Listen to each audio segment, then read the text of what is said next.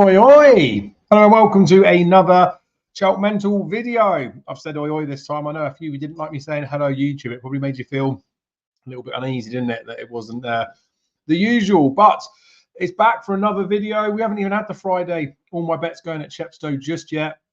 We've got Saturdays coming in here. I appreciate I'm putting this out a bit late, but as I say, I've just got to get things done when I can get things done. I'll get this out and then I've got work on Thursdays. I'll probably stay on doing stuff until the early hours, but it is what it is. It's fine. I love the game. Now, Saturday, there's a number of bets that are going on, so the link in the description is still there. If you want to skip this guff and find out who I've bet, just click the Google sheet. I just ask if you're doing that. Make sure you like the video. Make sure you subscribe.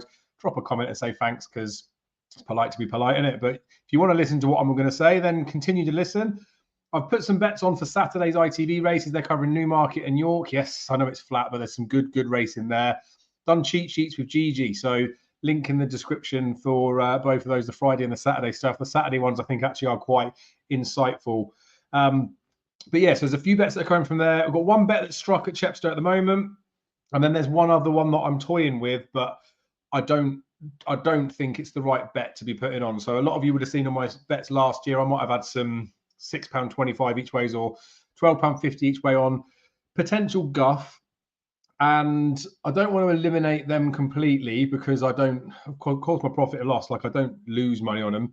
And they are informative from the fact that you watch a race differently if you've got money invested on it.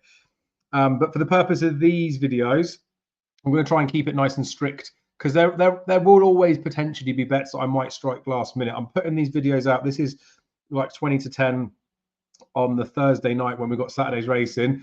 You know, there's weather that's going to change. There's things that are going to go in there, but I'm advising you of the ones that I'm putting on that I'm solid with. These aren't bets that I would be cashing out of, or if ever I was going to trade positions again, they wouldn't be the type of bets I put in here, but I'd explain what I might be doing with those. So, yeah, we are where we are. So the weekend watch video that's on Gigi's channel, I'm sure you will go and watch that. So make sure you like it. Make sure you're giving a nice comment and say, hey, Dave. I'll go into more detail in there. It's quite good, I think, this week, particularly because Andrew and I agree on some things, which is always good, and for the right reasons too. But I'll go through the flat ones as well, so from the ITV, and I'll talk through Chepstow's card a bit to give you my thoughts on each of those races. Obviously, in yesterday's video, there was a lot of races that hadn't been priced up. I talked about the bets that I wanted to strike. So the mare for Paul Nicholls has been priced up at an entry point at 2-1 with Bet365. I've put notes on the Google Docs sheet, so if anyone looked at it in between and saw that I had the bet struck and put 2-1, now I've changed it to 5-2 because I was able to cash out and get up the bigger price, yada, yada, yada. But obviously I touched on pricing up markets. I talked about some other bets that I might toy with at the right prices, and it was in and around the right sort of number I said on those ones, like the 8-1 on the Twiston Davis horse and the 8-1 on the Haiti Couleurs Type 1. Obviously, the mare we got Bob on as well. Now, we'll talk about the Chepstow card, and I'll talk about the one that I might have had as a bet. So you've got that in your armory if you want to do something with it. But as I say, the Google sheet will be what I've struck. We'll leave it as that, and we'll carry on with our day. So for the flatty bits, the ITV racing, the first bet comes in the 1:15 at Newmarket. It's the Derby Stakes, Group 3. Lovely race this. Nice horses that are in here. The one that I came down on was Skellet for Juddmonte. It's Rafe Beckett. Ryan Moore's taking the ride. She was tried in Group 1 company as a filly at the start of the season, ran behind Fallen Angel and Port Fortuna, admittedly well beaten. Then they ran after, I think it was a Grade 3 maybe, when she was just behind Blush. She ran with a cheap pieces on that time. Then they gave her a bit of a break. She went to Sandown. She's got cheap pieces on again. She won, but she was like sort of well on top, I thought, of the finish. This is a Group 3. This is well within her grasp as far as I'm concerned. She's got a decent enough rate, and she gets a bit of weight for age allowance. 3-year-olds have won 5 of the last 10 renewals of this as well, I think, and gets weight from her elders as well. So Skellet, although you might not think from Juddmonte that it's the first string lead artist's favourite at the moment, I thought Skellet had a proper chance with her running style as well. I think she is genuine, and I think she is better now than she was before in terms of that genuine attitude. But I think the way that this race is going to be set up for her means that she's definitely within the frame. She's a bit bigger than I thought she'd be. So I've had £25 each way on Skellet at 15-2. As far as it goes on the spreadsheety type thing, I've put in there Skellet that my entry point would have been 4-1. So we've talked about this yesterday in the video. And from a staking perspective, it could potentially be different. Now, if Skeleton had been put in just at 4-1 with her running style, I would have toyed with the each way bet, but I possibly might have just had £25 win. The fact that I can get 15-2 about her, yes, I actually am risking more money, but I see that is almost a safety blanket, and I think she'll place and getting the bigger price. So I've done what I've done in there. So the entry point as far as the spreadsheet is concerned, look, it is, I would bet her down to 4-1. Don't need to, because obviously I'm getting the bigger price, but my stake potentially could be different the lower she gets down, if you see what I mean. I don't want to tweak the entry point to say, because I staked it each way, the bottom line I take on that would be 7-1, for example. I want to leave it as it is, and you can you're going to have to make your own assumptions of it. But again, the benefit of watching the video is I will talk you through these things bet at your own peril, right? So that's the first race. Second race on ITV's York. This is a race with a horse called Bolognese, right? And this horse is fascinating. Ran at 5 furlongs first couple of starts, bumped into some seriously good horses. The first time it's sandwiched between a couple of horses, one of them is rated 104 now, and then next time was behind Asterius, it's rated 109, Big Mojo at Doncaster last time out. Then they put the horse up to 6 furlongs, and Bolognese was struck on the nose when it was in running. And I feel like, not that they were trying to hide the race, but the horse is was doing its bits, but I don't think they were giving it that hard a time. And obviously once it sort of shirked away, that they were happy to leave it as that. Now, went and run in the Goffs 500, which is typically quite a good race, but it's worth a chunk of money, like €250,000 this horse won. So when you look at the form and see it's been running in class 5s, it's running class 5s against horses that are rated 100 plus now. Running its maiden in that class 4 at Newbury, did get beaten, but like I say, watch it back, got struck on the nose with a whip. They wouldn't have minded that, given the fact that they had colour on their mind. They had a break between those 5 furlong spins and the 6 furlong spin. Horse was rated 77 winning that race at Goffs, but ignore that. The 99 the horse is rated is definitely where this horse is at this moment. Was really impressive in that race in the colour as well. They've got Chris Hayes up top. I think that Bolognese is a graded animal. I think this is a real good opportunity for the horse. There are lots of good races about, but they've been sensible, I think, with this one, because they're going listed first time into pattern company. They could be going for group races. Invictus Gold, that's like a joint favourite in here, was actually behind Bolognese on debut, has been gelded since, but you know, that's the type of thing where you see a horse has done something. If it's not necessarily performing, they're gelding it for a reason. You wouldn't geld a horse if there was nothing to do, like there was nothing to worry about. So I was a bit surprised that to start with, Invictus Gold was favourite. Bolognese is a bet. So I've had £50 on Bolognese. 3-1 was the price that I managed to get. I would have been happy to bet the horse at 5-2, and I would have had 50 whether I could get that or not. So you can still get 3-1, 5-2 about. I quite like Bolognese. In the midst of this, right, there's one more flat one that's going to come out. I did draw a blank last week on the flat stuff, and you know, I do feel like I've got a strong opinion. I do feel like I get plenty right, but we all know there's a difference between the flat and the jump. So obviously, I'm putting these in my all my bet stuff as we move through the season. The all my bets for the flat is going to fall off. We've got Champions Day next week at Ascot, so no doubt there'll be some bets there. But in a few weeks' time, it's going to be absolutely mushed up by jump stuff. So I don't know why I've said that, but I've said it. In the next race on TV that I've bet in is the 225 at Newmarket. I bet Silver Peak in the Autumn Stakes. Delacroix looks a bit of a roguey type horse, I think. Silver Peak's got some decent form and is a horse that ran behind, I want to say Benoit, but it's not, is it? What did he run behind? Ran behind, this is bad, isn't it? Detain. Horse has been put in a single figures for a futurity at Doncaster later this year. And there's horses like the Lion and Winter, Hot as Hell, that won recently, Wimbledon Hawkeye, that are about the same sort of price as this horse. So bumped into a good one. Billy Lockname was riding, not William Buick. Caught out a bit wide, stayed on nicely, looked fine as a first time up. Next time beating Sir Dinadan, like crapped all over that horse. They were well clear of anything else. That's the Dinadan's come out this week and won a Class 2 Pontefract Novice in emphatic style. This looks a very nice horse. Now, Delacroix is dropping down from a Group 2 to a Group 3 here. Is like a 6-4 favourite at the time of recording. But I thought that there was not too much between the two of them. And I do think the attitude of Delacroix is questionable. So I'd have made these two much closer in the betting. I would have probably made Silver Peak 9-4 and Delacroix 9-4.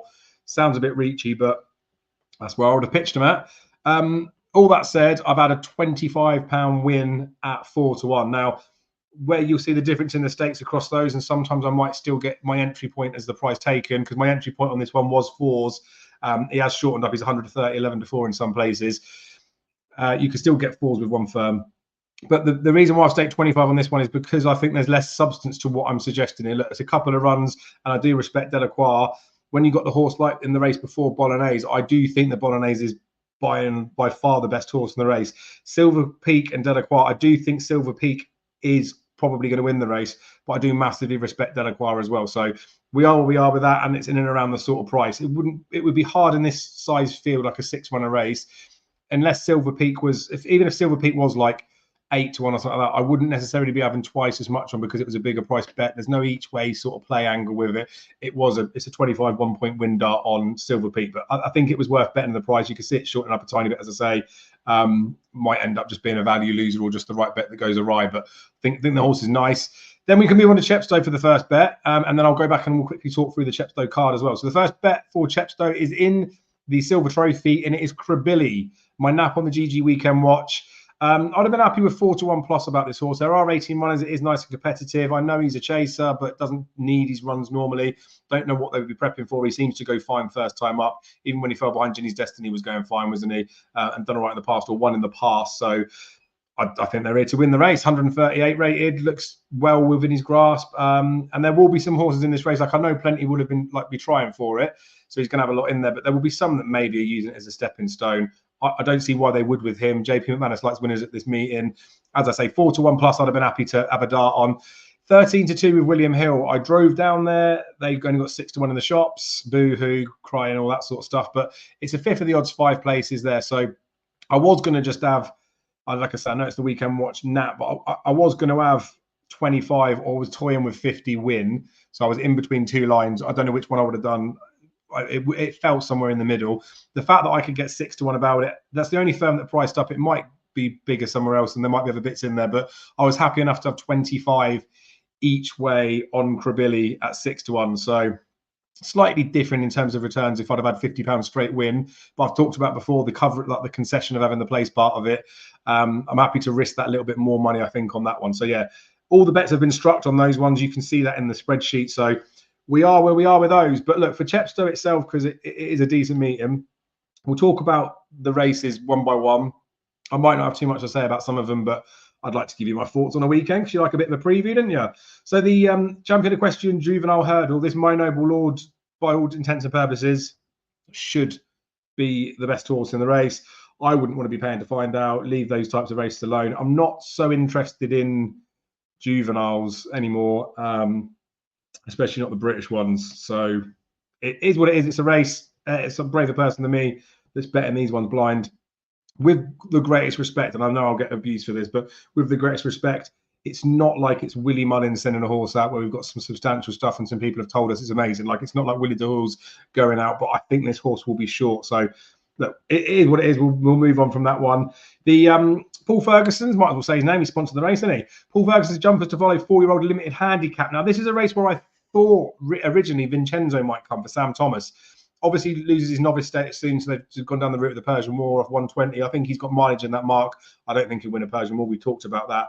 But I'd like to have seen him in here. But the fact that he hasn't run him in here, I don't know, maybe he is one for next time out. But Sam Thomas was good first time up at this meeting. Anyway, little waffle on there. This was the horse that I was toying with betting. I don't know for definite how I'll better price this one, and I don't know whether I will bet or not. So that it may be that there's bets. So like on the Weekend Watch, I've said in there that I'll have a bet on Summergand. I've had £12.50 each way on Summergand.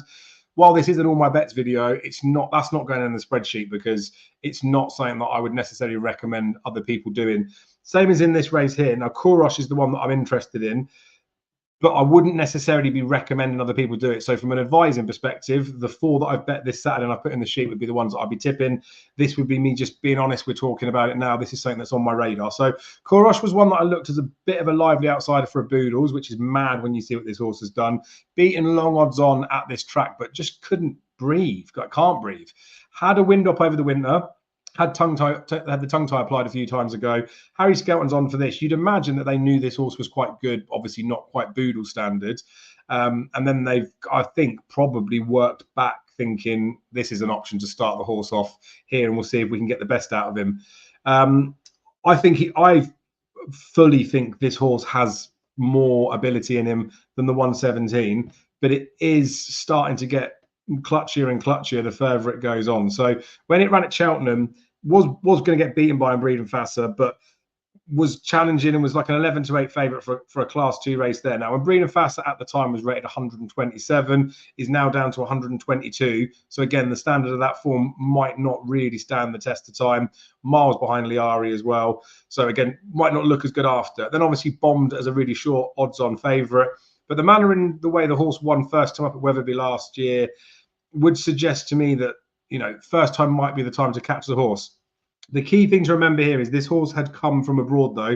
I think it was a 73-day break it had before that first run last season. So look, I just think that it can't be the more time it spent with Skelton last season that they just ruined the horse, but he should have progressed from what he did first time up, and I haven't seen that.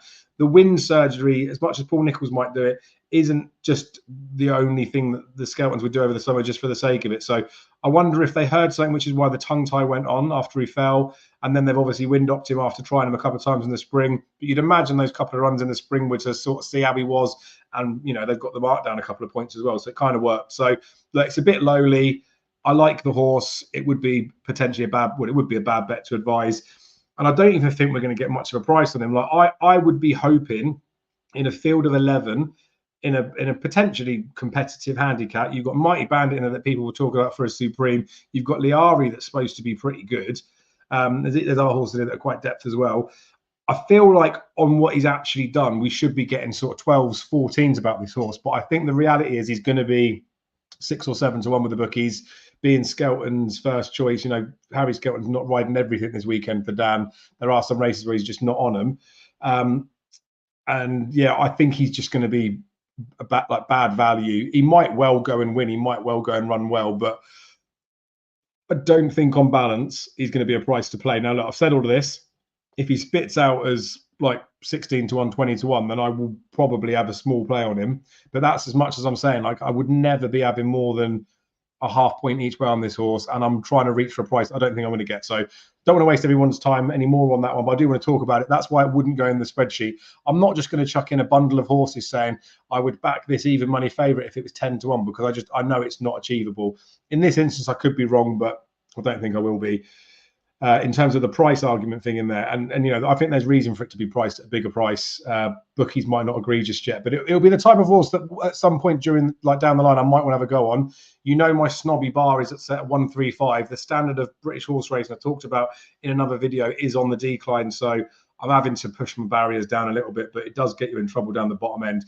Right, the novices chase over 2.5. Nice race by the looks of this one, to be fair to him. And as much as I crib the British horses, we've got a good bunch of 130s pushing 140s horses here. 5, 6 and 7 year olds, so none of them are real like old hats. We have got some horses there that you'd imagine, with improving for a fence, could be pushing 150s. Not a million miles off of the number you'd want to be. And of course, we've got the Close Brothers chase. I mean, it's not going to be sponsored by the Close Brothers, but you know the novice handicap going back to Cheltenham. Mid-distance, these horses are going to be around that sort of number. Last time it was fairly, I can't remember the word that we're supposed to use for it, but it was like it's fairly tight, the handicap, a bit condensed handicap, that's what I'm saying, where 145 was the ceiling, and lots of horses needed to be between 140 and 145. So loads of these will be on the radar for that type of stuff.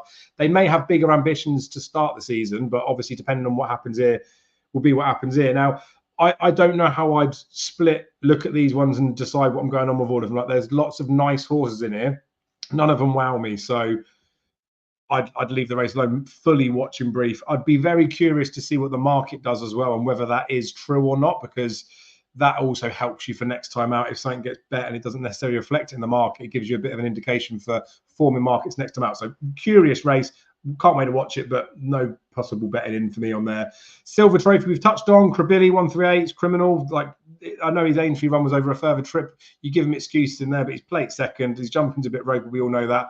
I'm guessing he'll be okay over hurdles. His mark's low enough in it, and like I say, don't see any reason why they'd need to be giving him a prep in this, or you know, I don't think he needs a prep. I think he goes well first time. So like I say, 4 to 1 plus I would have been okay with. 13 to 2 with Hills, I can't get online with them, so I've gone to the shop and I got the 6 to 1. I'm happy enough with that. There are a few nice horses in here. One that I think is seriously interesting is the other John Joe O'Neill horse, Gypcot, having first run for them. Came over, didn't it, as a chaser from France to Ben Paul. And the Megsons, I don't know if they've had a falling out or what it is, have moved the horse now to John Joe. It didn't really achieve as much as we thought it would have done. But when they dropped it back to hurdles in the spring last year, did win quite nicely. Then at Sandown in the novices final was only 4 and a bit lengths behind Go Dante. Now, Go Dante is going to be popular in the Welsh Champion hurdle on Sunday. I think this horse potentially, with the switch of yard and all that sort of stuff, has got a reasonable race in him. Could be this one, and you could be thinking JP McManus is in there to help the weight of Gypcot and something in there, but I would be surprised if that was the case. Although if it does turn out that's what happens after Gypcot dots in and Cribilli's nowhere, then take it on the gins. I've got that one wrong, but yes, it's good race. Lots of horses with chances in there as well. So it always is like that. We got turned over with Sonagino last year when the ground went against us. We have no such problem this year with the ground. It's going to be a fair race. May the best horse win. The John Ayres Memorial Chase over 2.5 or 2 miles 3 and a bit in it. This is a proper tasty race for the start of the season. You've got Editor de Geek, Garlaw in there. They're both 150s horses. Jetoile, Phlegmatic, Hon Public, Il Rodotto, Saint Segal, King of Ryope. Basically all 40s horses. And then Le Denominal and Grande Dame as well down the bottom. Now, we've got a range of ages here from 7 to 10 up to Editor de Geek. We'll know whether it's on or off with Editor de Geek, where he lines up at the start of it. Lots of people have got Garlaw set up as a horse for later on in the season. Just looks a proper decent race. I'd be keen to just watch this and gain some information with ones that I think maybe weren't trying as hard or ones that I think were going on to step onto something. But informative race. I think there'll be some. I don't know. I think Il Rodotto potentially could be popular in the betting, not just because he's Nichols, but I think he's gone all right first time up as well. And he goes okay under Harry Cobden, but it wouldn't be a race that I want to bet in personally. I think there's a lot of good horses in here. I think there's a lot of winners that are going to come out this race through the season. So I'll watch it, and again, I'll keep an eye on the market, see how things go in there. The Native River Handicap Chase is a banger as well. We got some horses down the bottom that are put out of the handicap. Are You Wise to That, Neon Moon, and even Pull Again Green, I think is £1 out of the handicap. But you've got some nice horses that are in here. Sail Away has been brutally costly and painful to think that there's still some ability in there and he's just not doing it. But I think he might come. I talked about Destroy the Evidence for Kim Bailey, I think, in the Novices Handicap Chase. Arizona Cardinals a full brother. This horse, we know with the National now, there's 34 runners, and obviously getting in the bottom's tricky. Kitty's Light just snuck in last year. But you've got to remember the Grand National last year, there was loads of 11-year-olds in there. There's a 12-year-old in there. There's a few 10-year-olds as well. So a lot of those horses that are rated higher, there's not as many as you think coming up through the ranks. And I think that the bar won't be any harder to get than last year. But it's still going to be in excess of 140. Who knows? 142, 143, I don't know, 145, something like that. We'll say that's the sort of number you're aiming for. Saying all of this because Arizona Cardinal that won the Topham, that will stay, they had that on mind after the start of the season when things just didn't go to plan right off the bat. I think Arizona Cardinal is a national type horse, and I think these are the types of races that through the season, I think he's going to do very well in. And it wouldn't surprise me with those types of horses that they string up a bit of a sequence and they will win lots of events. So Arizona Cardinal is definitely fully on my radar. I respect Stuart Edmonds for targeting races. He was one that I toyed with being a bet in this race. And I know Kitty's Light, people will talk about that horse might need to get a win to get their mark up, but I don't know whether this would be the time, but you don't know that can go well here. Stolen Silver for Sam Thomas, caused some distance winner, wasn't he? And royally romped home as well. So Nasalam loves it. It's a good race, isn't it? I feel like there's so many that you could have a chance in here. There's so many that you could see doing well. And again, I think there'll be winners in the race. But Arizona Cardinal's definitely a horse I'm keeping on side throughout the season. I'd give him a good chance in this. I don't know where he'll be priced, to be honest with you, but I don't think I want to pay to find out, if you know what I mean. So he's not on the selection list. I wouldn't want to try and find an in or an entry point with him. He'd end up being the type of one, if on a Saturday I was watching the racing and he was double figures on the exchanges, I'd be having a bet to lay in running, because I think he'd just be overpriced. Whether he wins or loses is a different story. But yeah, so it's a good looking race. But yeah, he'd be the one that, again, if someone was going to force me, like the is it Washington? I said, yeah, the Washington race. I'd say that's the one you should bet, but you don't know, do you? Ballygriffin Cottage in there as well. Good race in it. Then the bumper. I do like to have a little search through and find something in the bumper. Definitely won't be having a bet in it this year round. I'm very interested to see how Harry Jr. goes, just because he's a half brother to Harry Sr. He ran behind of all the gin joints and a novice hurdler, didn't he? Sadly, we lost him. But nice horse, very well bred. There's lots of bits in the family as well. I want to say Fox Rock's in the family as well, but a lot of the family did take a few runs to get a win. So I'm not saying that would necessarily be the case, but just looks a nice horse. Not 100% sure what to make of Keel Strand or Money Garrow for Skelton and Nichols, not respectively, the other way around. But no doubt they'll be decent horses. They'll be wound up, ready to go. So didn't have got an interest in watching the race, but Harry Jr. would be a horse I'll watch for a few runs, definitely being with Pipe as well, to see what they do with him. I suspect he could be, well, I'd hope that he might be an all right horse as time goes on. So that wraps us up. Like I say, link in the description if you want to go click the Excel sheet. That'll be updated when I'm putting bets on there. I will not just update that randomly on a Tuesday and say, look, guys, I put a bet on there. If there's no accompanying video, nothing goes in there. The minute I've recorded the video and submitted it, I will not amend the bets on there, as in the selections. I might put notes in there if I've not struck the bet yet. All my bets are currently struck. Nothing's going to change on any of those. If I can cash out and then I can move them to best odds guaranteed, or I can cash out and get a bigger price somewhere else, all those types of things, I would probably personally be doing them. But again, I'll leave these types of things for you to manage your own way of betting them. So yeah, that's the weekend sort of done on it. I touched on the fact that we got the Welsh Champion Hurdle on Sunday at Fosslas. Nice race, I suspect. Won't get the declarations until tomorrow. I possibly could toy with a bet in there, but again, it wouldn't be one that it's going to be pitched in on here. I'm sure I'm going to pull it up now. Do you know what? You've sat here this long, you can wait a tiny bit longer. Go Dante's supposed to run it in inning. Or have I just started to make stuff up?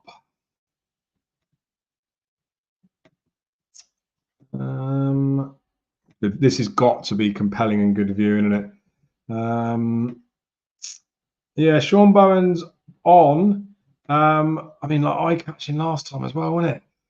That El Jefe run at Aintree, like, yeah, didn't want to go either. Like, yeah, he's a bet off of this sort of mark, isn't he? Ground, he's happy enough with it soft, isn't he? This is bad, heavy ground there, though, isn't it? So yeah, like I don't know. He'd be my idea of a Welsh Champion Hurdle winner. Don't really know what sort of price he'd be. Don't know how bad the ground's going to be either. So again, for the purpose of this, there'll be other bets during the season, isn't there? But there you go. There's a small little preview for the Welsh Champion Hurdle for you there. Anyway, good luck with your bets. Very good luck if you are following me in. Be lucky. Make sure you're liking the video. Make sure you subscribe to the channel. Make sure you're commenting something down below, telling me your best bet of the weekend, where I've gone wrong, or ask any questions. I'm going to hopefully be looking to get some... I don't know what I'll do with the anti-posty stuff. As the season goes on, we'll see how the channel turns out, won't we, and what we're shoving out there. But I'll keep doing the All My Bets video. Obviously, I'll be betting all the time now through the jump season. Whether they're high or low volume bets or not, I don't really know. But we'll stick with this sort of method. And we'll see how we go. So I appreciate your guys' support. Be lucky and have lovely weekends.